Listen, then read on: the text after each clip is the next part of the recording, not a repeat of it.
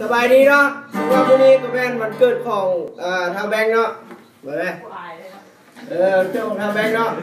วันนี้ก็ผมว่า3 ปีเนาะวันที่11 เดือนมังกร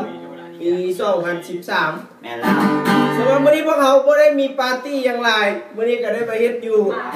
ห้องน้อยๆเนาะสำหรับปีผ่านมานั้นมีหลายคนเนาะเป็นบอกปีแต่ปีนี้มี2 4 5ปีนี้มีแต่5 คนแต่ว่าเป็นยังมีน้อยม้วนน้อยมีหลายม้วนน้ำกันสำหรับมื้อนี้เราได้อัดคลิปตัวนี้ไว้แล้วให้กับคู่ได้เบิ่งนำกันซึ่งว่าเอาเค้กก่อนแม่เค้กไปมึงจะเพิ่มขาเข้าดู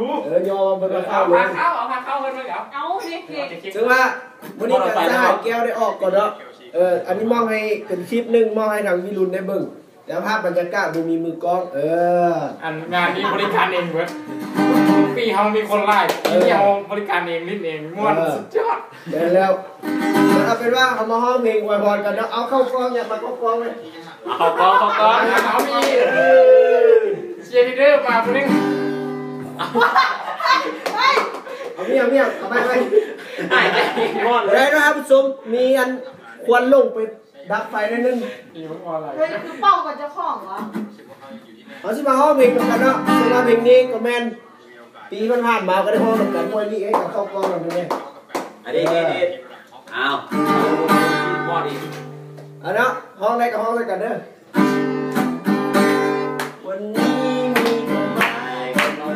ยวันนี้เกิด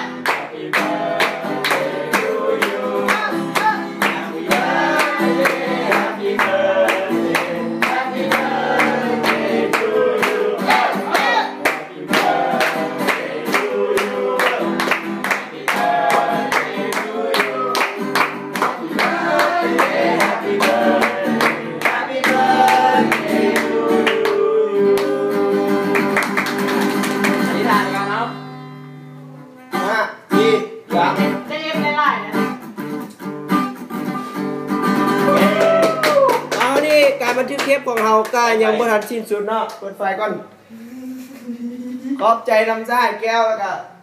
ซ้ายสติสุขแล้วก็นางลาบน้อยหลายๆเนาะที่ว่าสถานสุดท้ายนี่มาบอลมันเกิดคลิปนี้เขาจะทำวงเขาอยู่คำม่วนวิรุณเขาอยู่จีนแล้วก็มู่คู่เขาอยู่หอพักสีกิมแล้วกลับบ้านส่วนหนึ่งนะบ้านส่วนหนึ่งแต่ว่าเมื่อนี้เขามาอวยพรกันจะคน2 4 5 6 คนผู้ชมผู้กำลังชมนี่6 คนหลายคนจะพูดมีหลายคนอีกคิดว่าจะเข้าชมในคลิปนี้เอาขอบใจหลายอวยพรให้ทางเจ้าของวันเกิดจงมีสุขภาพแข็งแรงบรรลุนิติแล้ว